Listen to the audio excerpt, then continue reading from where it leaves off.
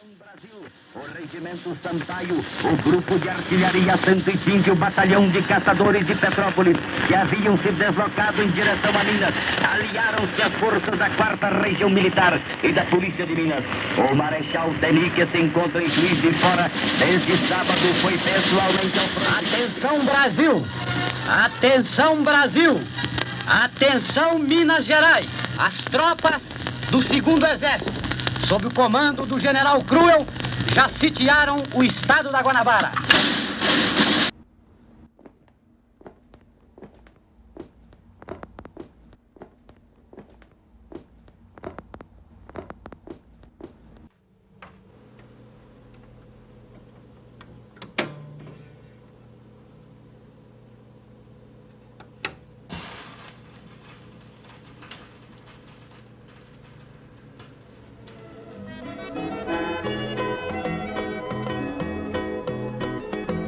Caía a tarde feito um viaduto e um bêbado trajando luto me lembrou Carlitos,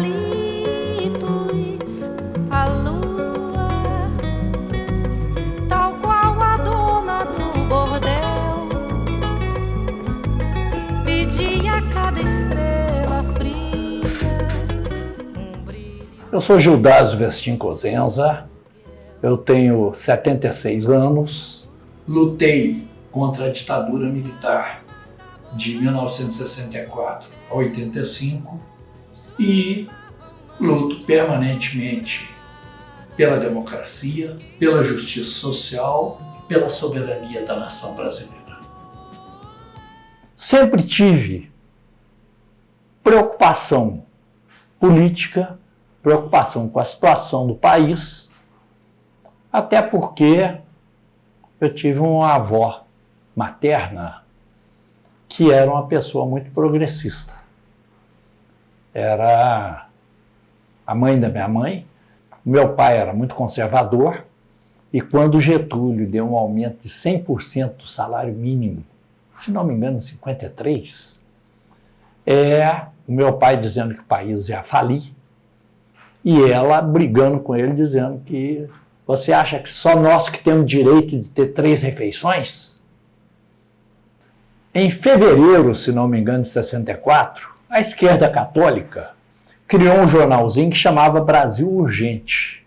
E eu não esqueço desse jornal em janeiro, fevereiro ou março, meses antes do golpe. Era um tabloide, só tinha 3 linhas. Gorilas preparam golpe. Você sabe o que é gorila? Gorila era o termo pejorativo que a esquerda usava para falar dos militares golpistas. Gorila era militar golpista.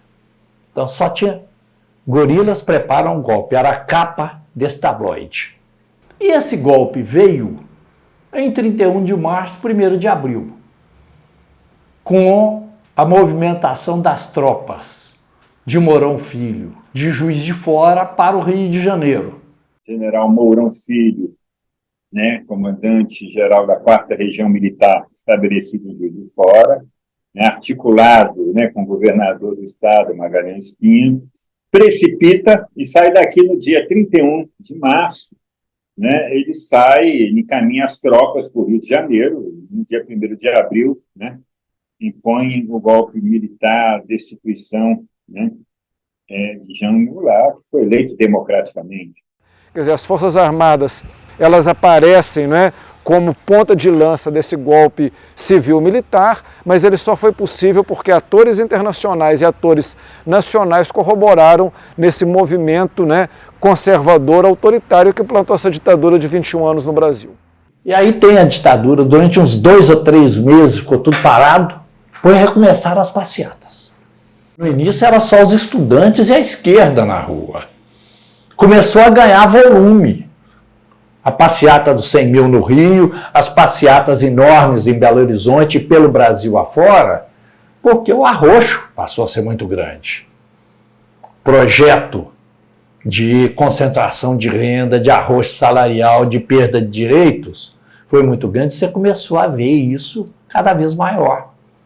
Além de você começar a ter notícia, fulano foi preso, foi espancado.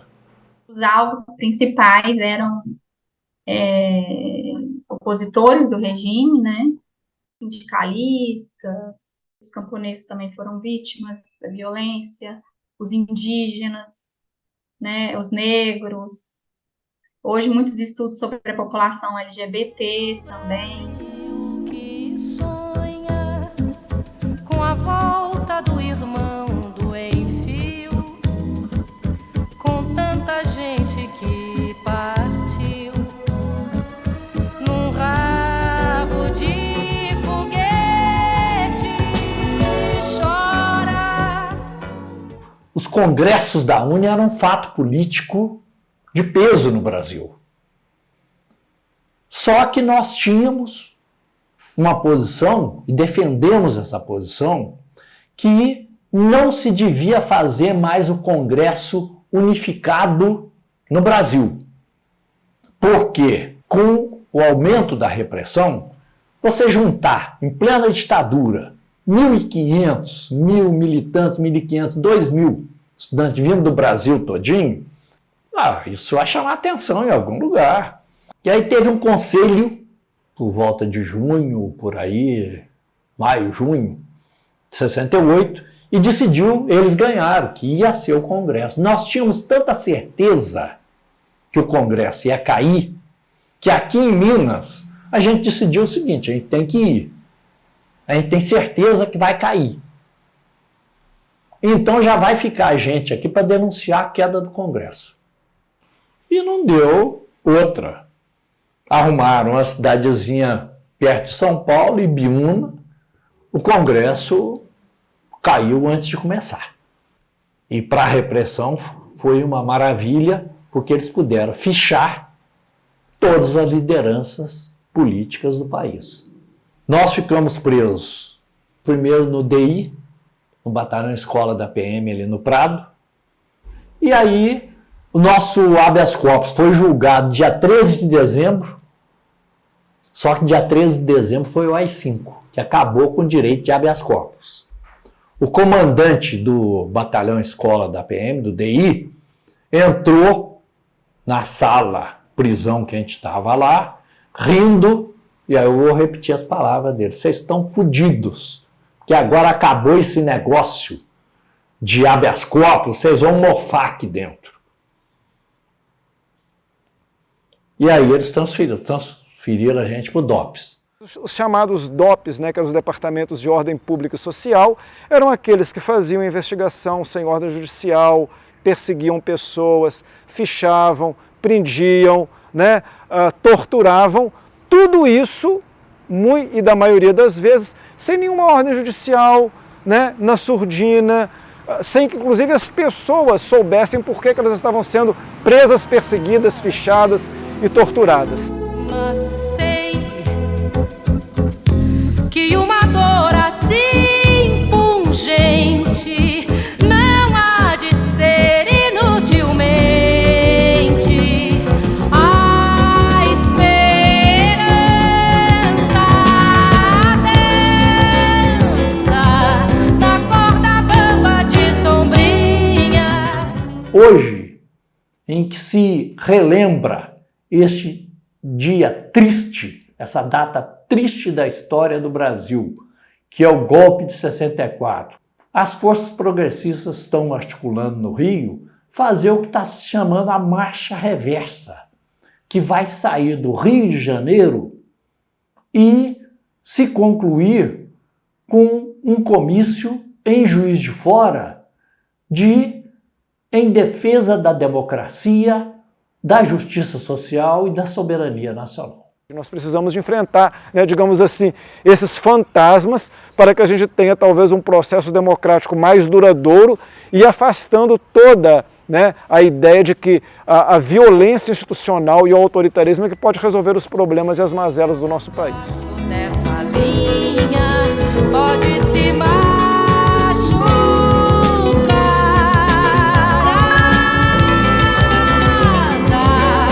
a esperança é que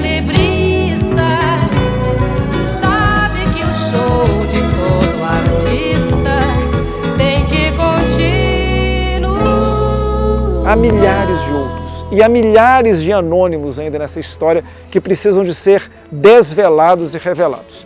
E por isso que, inclusive, o trabalho jornalístico, né, e o trabalho de memória e resgate, né, da memória desses momentos é fundamental para fazer emergir esses nomes, personalidades e realidades que mostram concretamente o que é um governo autoritário. Então a gente tem que lembrar disso tudo quando a gente, inclusive, está fazendo um trabalho profissional, né, que o nosso trabalho de memória, né, de resgate, ele é fundamental também nessa perspectiva.